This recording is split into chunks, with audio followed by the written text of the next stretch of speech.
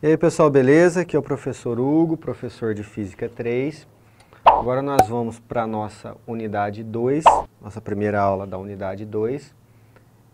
Os tópicos que a gente vai trabalhar são o campo elétrico, a lei de Gauss e, consequentemente, o fluxo elétrico que ele remete à lei de Gauss. Então, o que é campo elétrico? Como que a gente identifica a presença de um campo elétrico em uma determinada região? Então, uma região qualquer no espaço, como é que eu vou saber se tem um campo elétrico ali? Uma carga elétrica positiva produzindo esse campo elétrico que a gente vai identificar.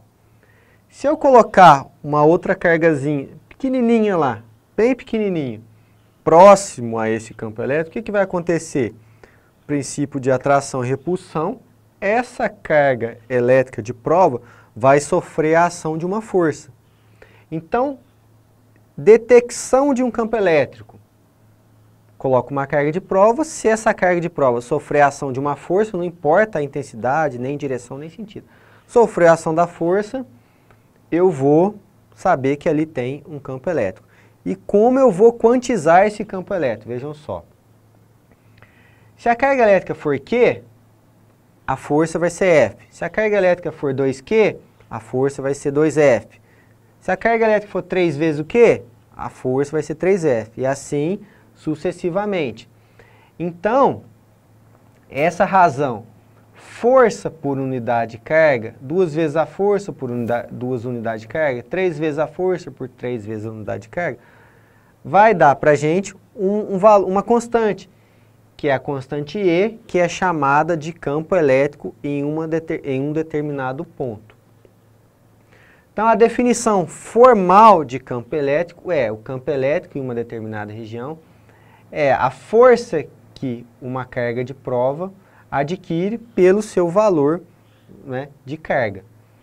Em termos matemáticos, se eu fosse colocar aqui, o E igual a limite da força pela carga quando a carga tende a zero.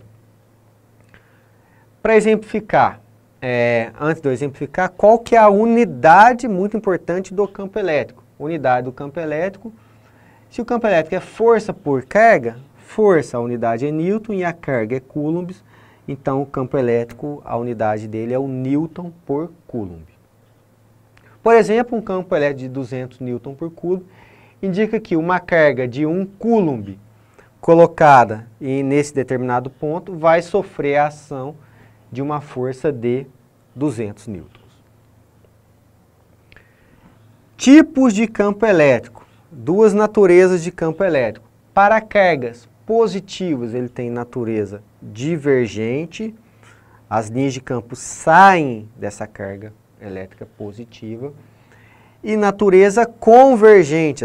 As cargas elétricas chegam as linhas de campo elétrico chegam na carga. Então, positiva para fora, negativa para dentro. Aí aqui duas situações muito interessantes. Vejam só, vou explicar cada uma delas. Carga positiva produzindo campo. Se eu colocar uma carga de prova positiva, essa vermelhinha aqui, positivo com positivo, a força vai ser para cá, para a direita. Por quê? Positivo com positivo, repulsão. E o campo elétrico nessa situação? Se a carga é positiva, o campo elétrico é divergente. Então, para fora, campo elétrico para lá, aqui em azul.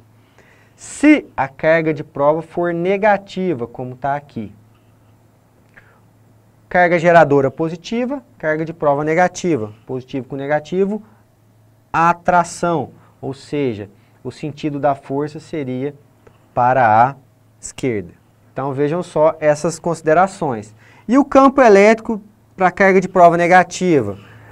Vai depender única e exclusivamente da carga geradora, que é positiva. Positiva ele é divergente. Então, tanto para a carga positiva quanto para a carga negativa, o campo elétrico é para a direita, ou seja, divergente.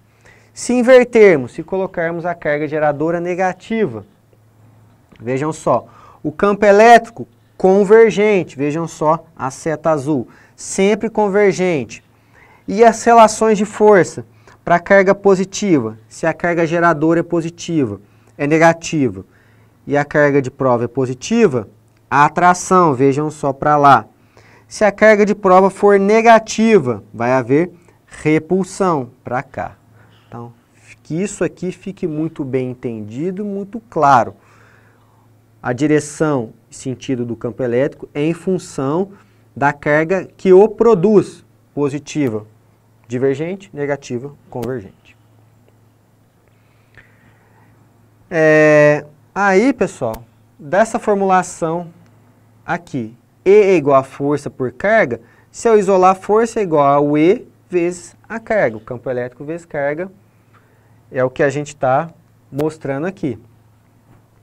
Então, tudo que eu expliquei no slide lá é o que está mostrado aqui. Carga positiva, campo elétrico no ponto P, divergente, e carga negativa, campo elétrico convergente. Para carga de prova, se ela for positiva, o campo elétrico tem o mesmo, a força tem o mesmo sentido do campo elétrico. Se for negativa, sentidos opostos. Vejam só. Ok? Se eu colocar uma carga negativa de prova aqui, o campo elétrico convergente para a esquerda e a força elétrica para a direita, porque vai ser negativo com negativo, repulsão. Conforme tudo que eu falei aqui, está escrito aqui, representado aqui também. Tamanha a importância desse conceito. E agora, como que a gente calcula? Vejam só, se campo elétrico é força por unidade de carga, nós vimos anteriormente que força é K vezes o produto das cargas dividido pela distância ao quadrado. Então, olha só que interessante. Da lei de Coulomb, é uma carga exercendo força sobre a outra. Então, vamos considerar que uma dessas cargas que ela está exercendo força é a própria carga de prova, que é o Qzinho aqui. Então, o que acontece? Esse Qzinho vai anular com esse. Então, qual é a formulação matemática para o campo elétrico?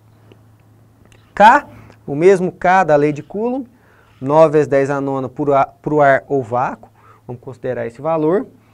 Módulo da carga, ou seja, no campo elétrico eu só tenho uma carga, ou seja, a carga que o produz, dividido pela distância ao quadrado. Que distância é essa? É a distância a distância da carga geradora, na qual eu vou estar medindo esse campo elétrico. Então, se eu tenho uma carga aqui, quero medir aqui, então é a distância da carga geradora até o ponto de medição. Essa distância também sempre em metros. Resumindo, o campo elétrico ele depende do quê? Da carga geradora do campo ou das cargas geradoras. Se eu tiver mais de uma carga produzindo campo elétrico, o que eu faço? Eu vou somar a contribuição de campo elétrico de cada uma delas. Então, é a contribuição de campo elétrico. Eu não posso somar as cargas e fazer um campo elétrico só. Eu tenho que fazer a contribuição de campo elétrico de cada uma. Do meio onde elas estão, que é o K, que eu já disse anteriormente, no que se refere à lei de Coulomb, a gente já viu. E da geometria do campo, o que é isso? Da distância da carga geradora para onde a gente está medindo o valor do campo elétrico. Graficamente, o campo elétrico ele aumenta com o valor da carga e diminui inversamente com o quadrado da distância. São as representações gráficas para o gráfico E por Q, aumenta de acordo com a carga, e com relação à distância, ele decai nessa parábola com o quadrado da distância, ou seja, quanto mais longe da carga elétrica, necessariamente menor é o valor do campo elétrico. O que é campo elétrico uniforme? Uniforme, ou seja, tem a mesma forma e tem o mesmo valor. Ele acontece em situações para duas placas paralelas eletrizadas, uma positivamente e outra negativamente. qualquer lugar entre essas duas placas, o valor do campo elétrico é o mesmo. Se eu colocar um próton aqui, o que acontece com ele? Um próton, carga positiva, repelido aqui, atraído aqui, ó, ele vem para cá. Se eu colocar um elétron, carga negativa, repelido aqui, atraído para lá, vai para lá. São situações recorrentes que podem acontecer, é só fazer a análise de atração e repulsão para a representação, né, do campo elétrico uniforme entre placas paralelas. Aqui está o exemplo, duas cargas, uma carga positiva produzindo campo e uma carga negativa de prova. Vejam só, o campo elétrico, se a carga é positiva, divergente, se a carga de prova é negativa, se aqui é positivo e aqui é negativo, vai haver atração, força elétrica para cá. Vejam só, voltei nesse conceito, tamanho e a importância dele. Lei de Gauss. Lei de Gauss vai dar para a gente no que se refere ao fluxo elétrico. O que é fluxo elétrico? Grandeza que indica para a gente quantas linhas de campo elétrico vão atravessar uma determinada superfície. Então vejam só, tem uma superfície qualquer, linhas de campo atravessando ela.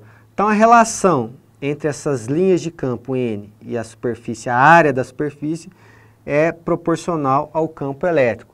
Ou seja, o número de linhas que entram em uma determinada superfície de área A é diretamente proporcional ao produto entre o valor do campo elétrico e essa área. Mas aqui está, beleza, né? A área está, todas as linhas estão atravessando, mas temos algumas situações em que a superfície não está totalmente perpendicular ao campo que está fornecendo linhas que vão atravessar essa superfície. Que situações são essas? Vejam só, se o ângulo for 0, ela está totalmente perpendicular. Se o ângulo for 180, ela estaria totalmente paralela. Então, quando ela está totalmente perpendicular, a gente tem o fluxo máximo. Por quê? Fluxo elétrico é o campo elétrico vezes a área, vezes o cosseno de θ. Esse θ é o quê? É o ângulo entre o campo elétrico e a normal da superfície. Então, se o ângulo for 0, cosseno de 0 é 1, eu tenho o fluxo máximo. Se o ângulo for 90, é 90, eu tinha falado 180, mas falei errado, é 90. Se o ângulo for 90, a superfície é paralela ao campo. Por quê? Cosseno de 90 é 0. Então, vai multiplicar por 0, eu vou ter o fluxo nulo. Qualquer outra angulação, eu tendo o valor do ângulo e tendo como calcular o valor desse cosseno, eu consigo determinar o valor do fluxo elétrico. Continuando. Então, vejam só. Para verificarmos o valor, através da lei de Gauss, a gente pode calcular o campo elétrico para distribuições simétricas. O que é uma distribuição simétrica? Uma esfera. Uma esfera é uma distribuição, é um elemento simétrico, né, que pode ter carga dentro. Então, uma esfera, o que a gente precisa dela? Da geometria dela. Então, eu preciso do raio dela. Se eu tiver o raio de uma esfera, eu tenho como construí-la. Sabemos que fluxo elétrico é o campo elétrico vezes a área. Se o campo elétrico é K vezes Q por R ao quadrado, e a área de uma esfera, se vocês verificarem, é 4πr ao quadrado. Então, vamos fazer o quê? Substituir no lugar do E, KQr ao quadrado, e no lugar do A, 4πr ao quadrado. Substituindo aqui, o fluxo elétrico vai dar 4π vezes K vezes Q. A definição de K, vocês podem pesquisar depois, o K é 1 sobre 4π ε0. ε0 é a permissividade elétrica do meio no qual as cargas estão inseridas. O ε0 para o ar ou vácuo vale 8,854 vezes 10 elevado a menos 12.